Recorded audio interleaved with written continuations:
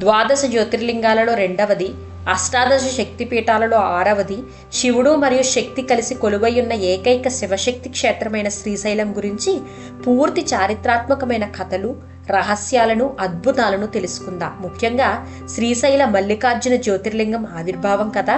మల్లికార్జునుడు అనే పేరు ఎలా వచ్చింది? భ్రమరాంబికా దేవిగా అమ్మవారు ఎలా రూపాంతరం చెందారు? ఎక్కడా చూడని విధంగా శివుడు వృద్ధ శివలింగంగా ఇక్కడ మాత్రమే కొలువై ఉండడానికి కారణం ఏమిటి? అసలు వృద్ధ శివలింగం యొక్క ఆంతర్యం ఏమిటి? శ్రీశైలంలో ఉన్న పాతాళగంగ యొక్క నీరు ఎందుకు ఆకుపచ్చ రంగులోనే ఉంటాయి? మరియు రాకుమారి చంద్రవతి దేవి యొక్క కథ, ఇవన్నీ వివరంగా ఈరోజు వీడియోలో తెలుసుకుందాం. వీడియో చివరి వరకు మిస్ కాకుండా చూడండి. ఇప్పుడు శ్రీశైల మల్లికార్జున జ్యోతిర్లింగం యొక్క ఆవిర్భావ కథ గురించి తెలుసుకుందాం.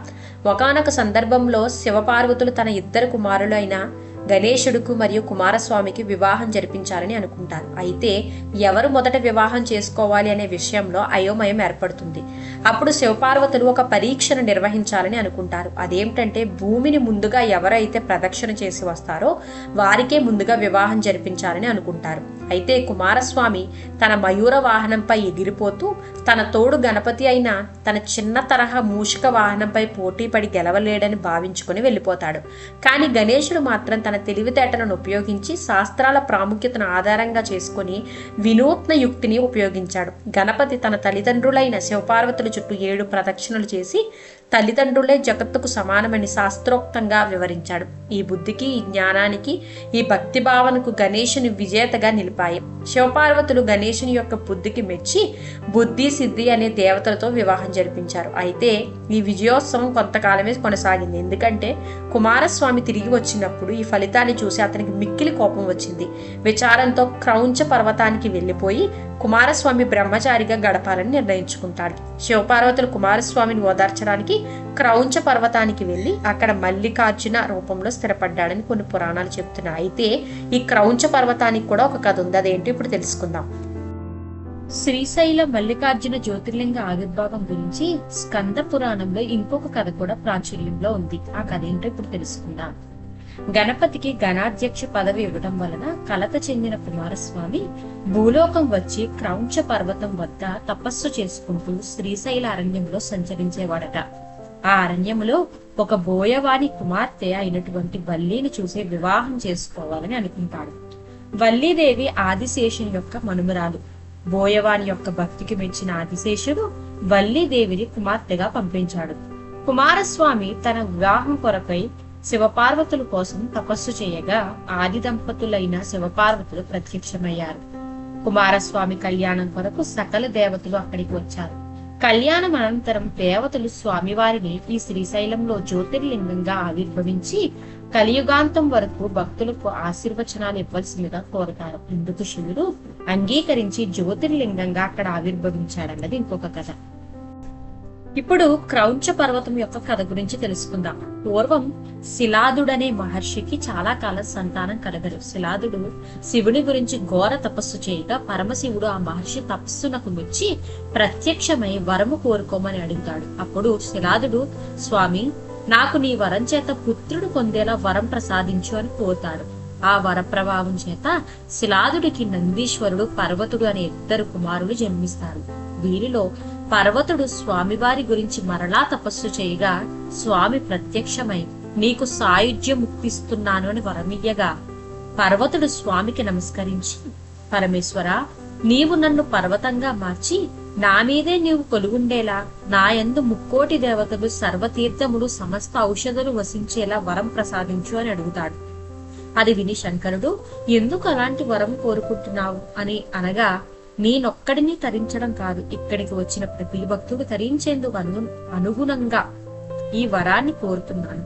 ఈ తీర్థాలలో స్నానమాడిన వారికి సమస్త పాపాలు నశించాలి. ఇక్కడ లభించే ఔషధాలతో ఎటువంటి రోగమైనా నశించాలి. శ్రమ కోరి వచ్చిన వారందరూ నీ దర్శనాన్ని, అనుగ్రహాన్ని పొందాలి.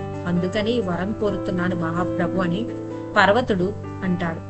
బోలాశంకరుడు సంతోషించి వరం ప్రసాదిస్తాడు. శివుడు లింగ రూపంలో అక్కడ అవతరించినప్పుడు ఇక్కడ పరమేశ్వరుడు మల్లికార్జునుగా, పార్వతీదేవి భ్రమరాంబికా దేవిగా స్వయంభూగా వెలిసి ఆ పర్వతం పైనే కొలువై తీరున్నారు. ఇక నందీశ్వరుడు నందిగా మారిన సంగతి మనకు తెలుసు. అష్టాదశ శక్తిపీఠాలలో ఒక శక్తిపీఠమైన శ్రీశైలంలో సతీదేవి యొక్క మెడభాగం పడిందని చెబుతారు.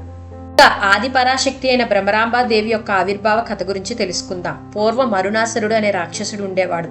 అతను చాలా కాలం పాటు గాయత్రి మంత్రం జపిస్తూ బ్రహ్మ కోసం తపస్సు చేసి ద్విపాదాలచే చతుష్పాదాలచే అంటే 2 పాదాలు కలిగిన మనుషుల చేత గాని 4 పాదాలు కలిగిన జంతువుల చేత గాని మరణం లేకుండా ఉండే వరాన్ని పొందుతాడు. వరం యొక్క ప్రభావంతో భయపడిన దేవతలు ఆదిశక్తిని ప్రార్థించారు. అమ్మవారు ప్రత్యక్షమై అరుణాసురుడు తన భక్తుడని గాయత్రి మంత్రం జపిస్తున్నంత వరకు అతన్ని ఎవరూ ఏమీ చేయలేరని చెబుతుంది. తర్వాత దేవతలు పథకం ప్రకారం దేవతలు గురువైన బృహస్పతిని అరుణాసురుని దగ్గరికి పంపిస్తారు. అరుణాసురుడు దేవగురువు బృహస్పతి రాక గురించి తెలుసుకుని ఆశ్చర్యం వ్యక్తపరచగా బృహస్పతి అందుకు సమాధానంగా ఇద్దరం ఒకే అమ్మవారిని గాయత్రి మంత్రంతో పూజ చేస్తున్నామని, కాబట్టి ఈ రాకలో వింత ఏమీ లేదని చెబుతాడు. అందుకు అరుణాసురుడు దేవతలు పూజ చేసే అమ్మవారిని నేనెందుకు పూజ చేయాలని అహంకరించి గాయత్రి మంత్రం యొక్క జపాన్ని మానేస్తాడు. దానికి కోపించిన ఆదిశక్తి భ్రమర అంటే తుమ్మెద యొక్క రూపం ధరించి అసంఖ్యాకంగా అనేకమైన భ్రమరాలను సృష్టిస్తుంది. ఆ భ్రమరాలు అరుణాసురుణ్ణి అతని సైన్యాన్ని సంహరిస్తాయి. అలా భ్రమరాంబాదేవిగా అక్కడ కొలువై ఉన్నారని కొన్ని కథనాలు చెబుతున్నాయి. ఇప్పుడు మల్లికార్జునుడు అనే పేరు ఎలా వచ్చిందో తెలుసుకుందాం. పూర్వం చంద్రవంశపు రాజు అయిన చంద్రగుప్తుని కుమార్తె చంద్రవతి శివుని యొక్క పరమ భక్తురాలు. ఎప్పుడూ శివుని ధ్యానిస్తూ శివనామ స్మరణతో గడిపేది. ఆమె భక్తికి మెచ్చిన పరమశివుడు సతీ సమేతుడై సాక్షాత్కరించి ఏమి వరం కావాలో కోరుకోమని అడగగా అంతటా చంద్రవతి, స్వామి, నేను మీ శిరస్సుపై ఉంచిన మల్లెపూల దండ ఎన్నటికీ వాడిపోకుండా ఉండేలా వరం ప్రసాదించమని కోరింది. అప్పుడు ఆ దండను శివుడు గంగా చంద్రవంకల మధ్య ధరిస్తాడు. శిరమున మల్లెపూల దండ ధరించాడు కావున స్వామివారికి మల్లికార్జునుడు అనే పేరు వచ్చిందని చెప్తారు. ఇప్పుడు శ్రీశైలంలో ఉన్న వృద్ధ మల్లికార్జునుడు ఎందుకు ఉంటారో దాని వెనుక ఉన్న కథ గురించి తెలుసుకుందాం. పూర్వం అమ్మవారు తపమాచరించి పరమేశ్వరుని ఇక్కడికి వచ్చి తనను వివాహం ఆడవలసిందిగా ప్రార్థించారు. అందుకు స్వామివారు ఒక వృద్ధుని రూపంలో వచ్చి ప్రత్యక్షమవుతారు. అమ్మవారు, స్వామి, ఏమిటి ఈ అవతారం అని ప్రశ్నించగా, నేను అనాది నుండి ఉన్నవాడును, నా రూపం ఇదే, ఇష్టమైనచో వివాహం ఆడము, లేదంటే లేదు అని తెలుపుతారు. అందుకు అమ్మ, మహదేవా, మీ తత్వం నాకు తెలియనిది కాదు, ఈ మనోహరత్వం నాకు బాగా తెలుసును, మీరు ఏ రూపంలో ఉన్నా నాకు ఆమోదమే అని తెలిపి స్వామిని వివాహం చేసుకుంటారు.